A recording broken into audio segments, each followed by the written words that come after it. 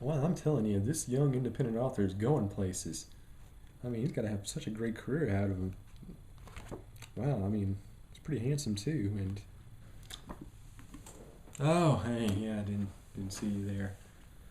I want to talk to you today about something that has really irritated me for as long as I've been aware of the entire idea of pop culture in general. And that's the fact that there is a certain group out there that gets an incredible amount of attention and respect and aplomb and all these other things. And to be honest, I really don't think they deserve it. This is a band that not only I consider to be, without question, the single most overrated group in the history of popular music. In many ways, I consider them to be the absolute most overrated relics in the history of pop culture. And of course, that group would be the Beatles. Now, a lot of people like the Beatles. In fact, it's almost such an expansive part of our cultural milieu that if you say you don't like the Beatles, you're considered an automatic outcast. It's like one of those automatic givens of society where you have to like the Beatles. You have to think John Lennon was some sort of postmodern genius. You have to think that George Harrison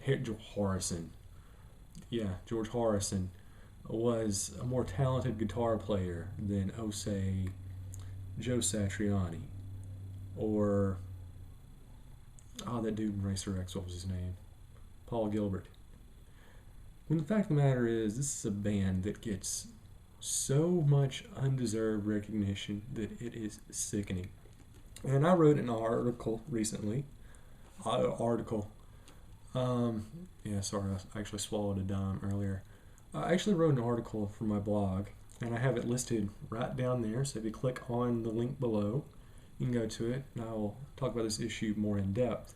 But I listed 5 reasons as to why I think the Beatles are such an overrated pop cultural phenomenon.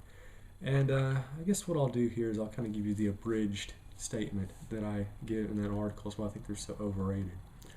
I guess the first reason is the fact that they are media creations. They were basically created by a swindler out in England named Brian Epstein, who just picked them totally at random, made them change everything about them, the way they looked, the way they dressed, their politics, their sound, everything. So he took them from being a band that was playing in basically Nazi dives and turned them into basically the Backstreet Boys of their day. This guy was kind of like Lou Pearlman. In fact, he's actually a lot like Lou Pearlman if you read their Wikipedia profile side by side.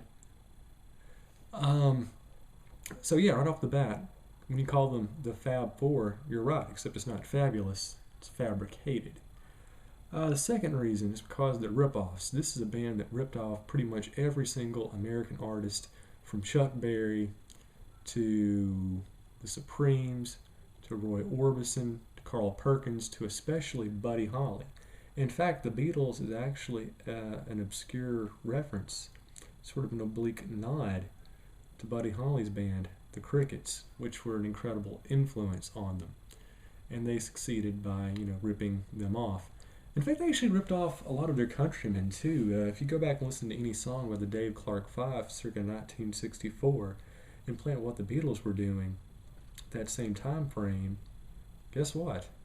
There's a lot of similarities. Wink, wink. And they get a lot of credit for things they didn't do. Some people say they invented heavy metal with Helter Skelter, even though Arthur Brown and Budgie and Blue Cheer were all basically performing way before the White Album came out. Definitely not to mention the fact that the first Jimi Hendrix album came out a full year before the White Album. But because critics like to give them so much respect and reverence, you often give them credit for things they did not do.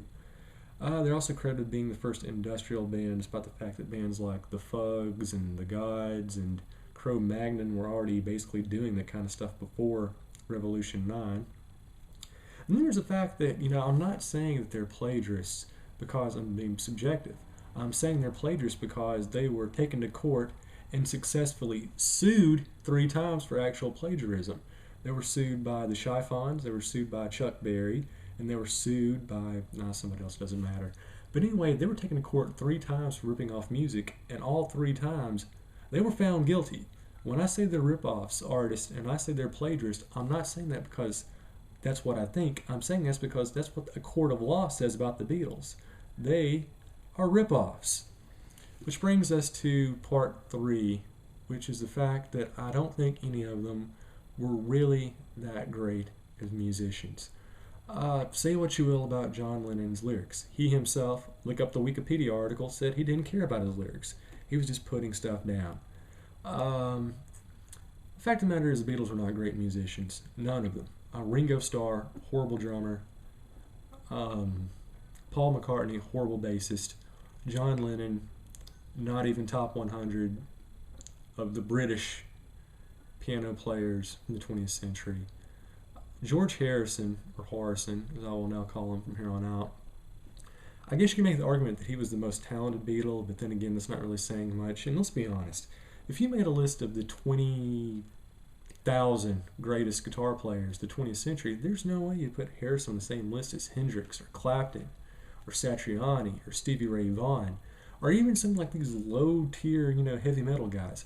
Really, Scott Ian, better guitar player technically than George Harrison. Dave Mustaine, more versatile. I think the guy from Limp Bizkit is an all-around better guitar player than George Harrison was. He had more ability. He could do more things. He had more range. He was a better musician than a guy who was in supposedly the greatest band of all time.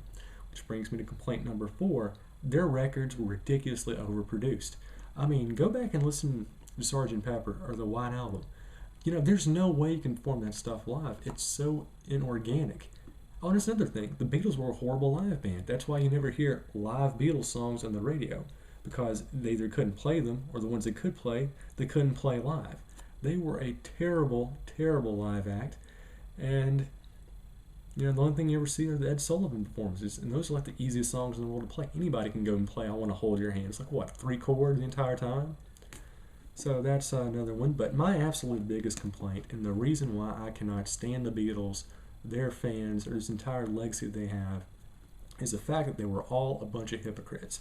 This is a band that made millions and millions of dollars off an anti-capitalist, anti-corporate, anti-materialistic message.